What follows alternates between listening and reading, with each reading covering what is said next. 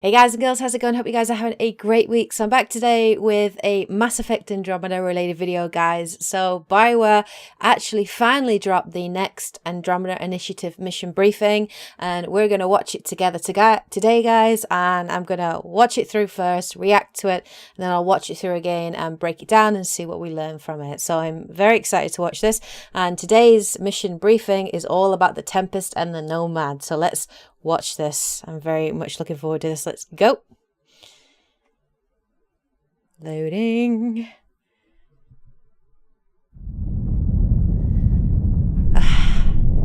Glad to make your acquaintance, recruits. The lucky few of you accepted to the Pathfinder team will be flying with me. I'm Jaff, and this is the Tempest. I've been her pilot since the early prototype days, so take my word when I tell you that she's light, stealthy, and easily the fastest ship in her class, capable of doing 13 light years per day. Shivers. Of course, all that speed comes with some sacrifice. She isn't weighed down by heavy armor or a main gun, but rest assured, anything we can't outrun will have a tough time finding us. Between missions, Pathfinder team will call the Tempest home, and everything in our home is state-of-the-art. Our research room is available for R&D needs. This will be the space for gathering intel and samples we've acquired and working out their practical application in upgrading everything from weapons to armor to the Nomad Scout Rover. It's all supported by discoveries from the tech and bio labs aboard. The meeting room gives us a place to gather the crew or video conference with the Nexus. Below are engineering, the Tempest's armory, medbay, and the cargo bay, which houses the Nomad. During your downtime, you can relax in the crew quarters or the Galley. The Pathfinder's cabin is also located nearby, but is off-limits to the general crew. Unless invited, of course. My place is on the bridge. This is where the Pathfinder operates our nav system, synced specifically to them. Any destination in the Helius cluster right at their fingertips. Once we verify ground conditions with our scanners, the Tempest will enter the atmosphere, touch down, and the team will head out in the Nomad for a closer look.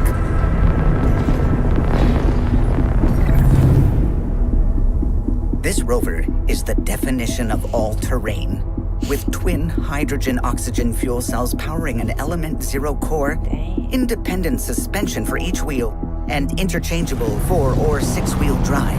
She comes equipped with a rear fuel injection boost to propel you forward, and in any tight spots, helium-3 micro-thrusters beneath the vehicle are on hand to blast you clear. The Nomad must be able to adapt to difficult conditions.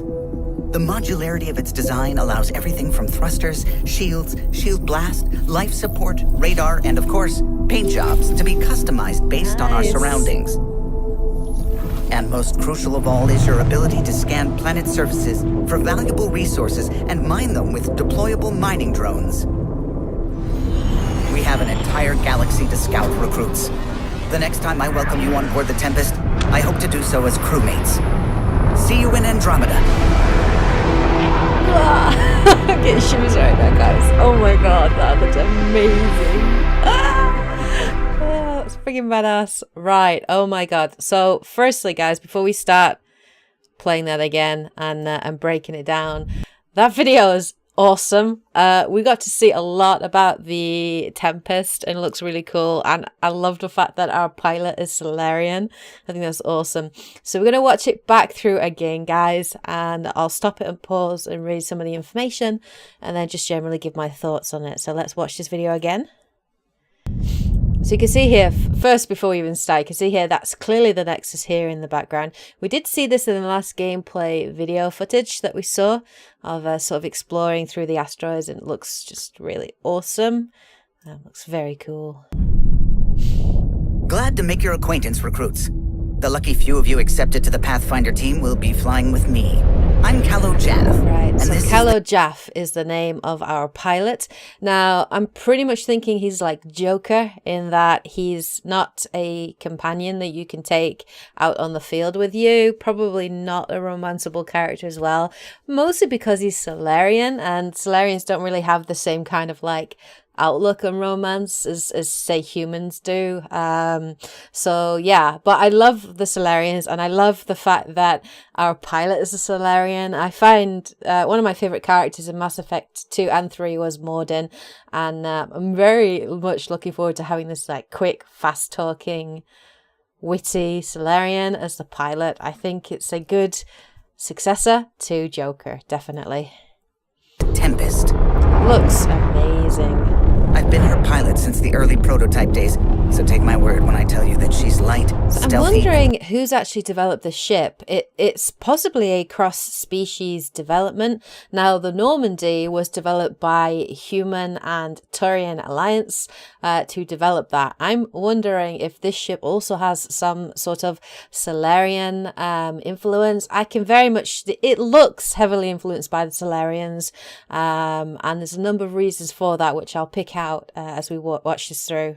Easily the fastest ship in her class, capable of doing 13 light years per day. Of course, all that speed comes with some sacrifice. She isn't weighed down by heavy armor or a main gun, but rest assured, anything we can't outrun will have a tough time finding us.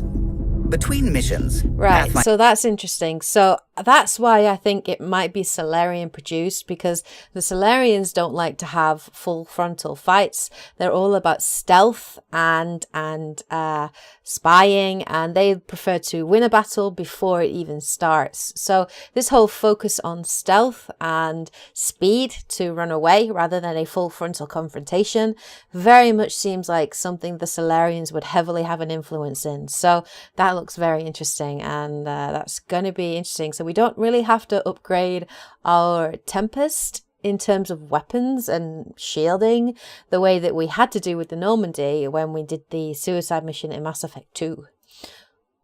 Your team will call the Tempest home, and everything in our home is state-of-the-art. This looks like a briefing room right here that we can see, absolutely. So I wonder if this is where you meet, you know, like with your squad mates and you're like discussing mission briefings, like in Mass Effect 1 where you had like the CIC where you were sat around. I wonder if this is like that.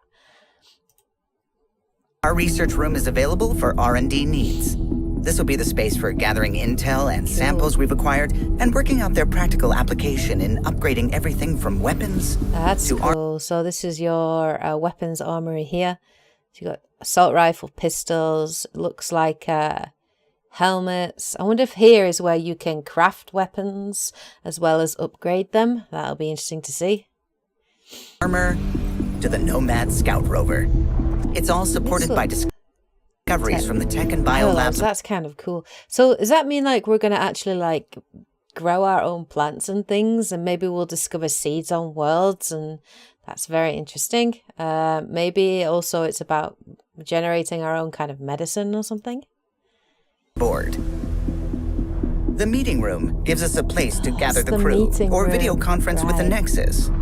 Below are engineering. It's very similar to the Normandy. That drive, that's interesting, but no Tally. That makes me sad. Maybe I hope we have a Quarian there, but they haven't mentioned if the Quarians are in Mass Effect Andromeda yet. But it'd be awesome to have a Quarian engineer here. Maybe this is where we'll get to see some engineer style classes. Tempest's armory, med bay, and the cargo bay, which houses the Nomad. Cool. During your downtime, you can relax in the crew quarters or the galley. The Pathfinder's cabin is now also that located... is freaking amazing. Look at that.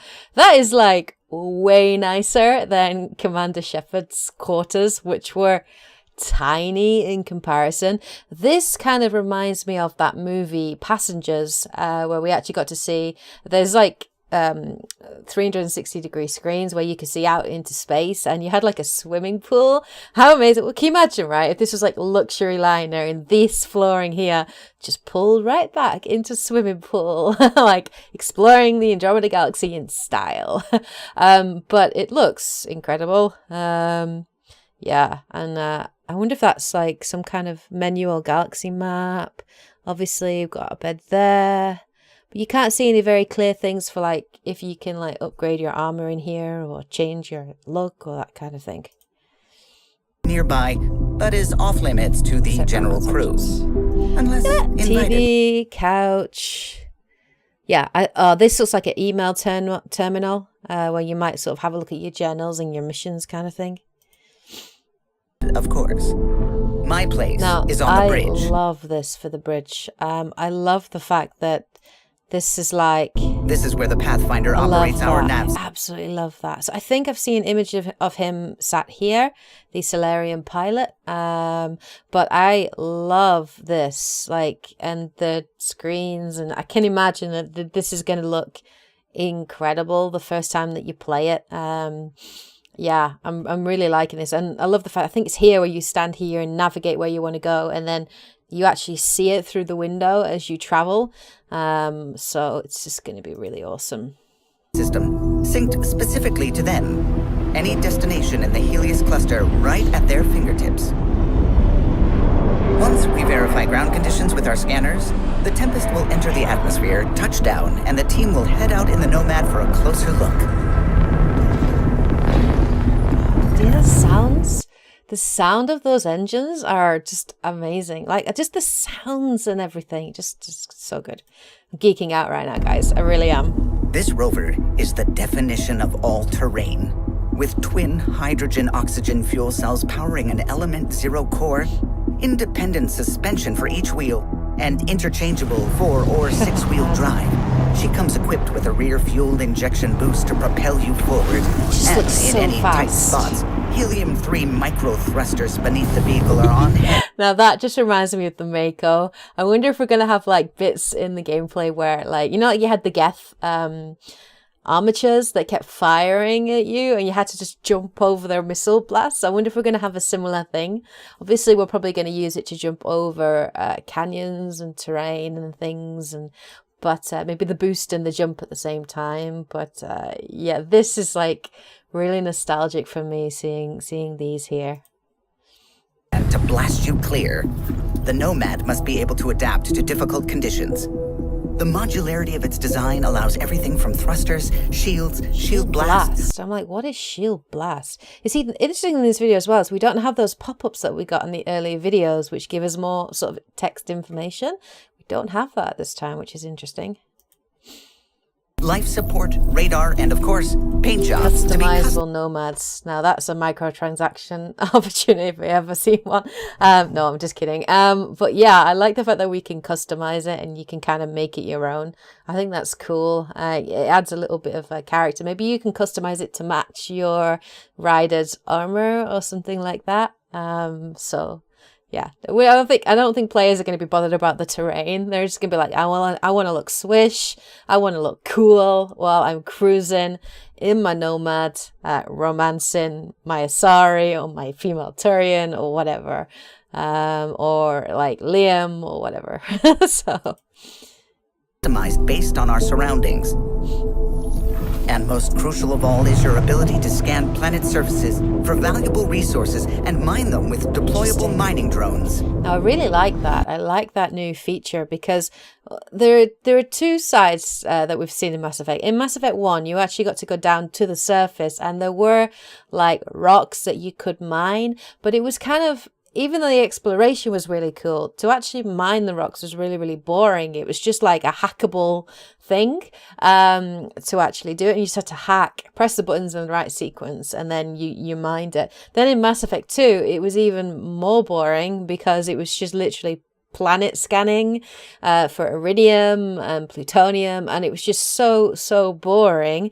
So it seems like they've really developed it and put the best of sort of both games. So you can have planet scanning from the Tempest, but I like the fact that you actually do you have to get out of your Nomad to do this? Maybe. But I like the fact they're actually going to physically put down a mine and actually see it mining. And I really, really, really like that idea. We have an entire galaxy to scout, recruits.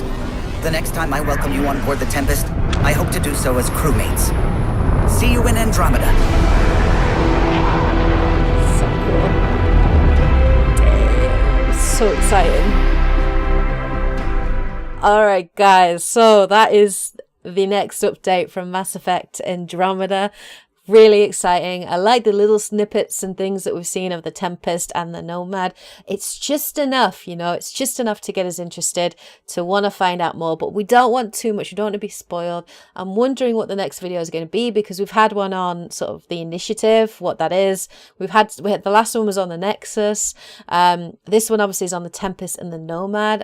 I wonder if the next one will be on like your companions or multiplayer. I don't know. It'll be interesting to see. But there are 3 more left, guys. So 3 down, 3 to go. Anyway, let me know what you guys think of this latest mission briefing in the comments section below. Let me know your thoughts on it, and if you enjoyed it. But anyway, thank you so much for tuning in. Hope you guys have a great week. Take care, and as always, happy gaming.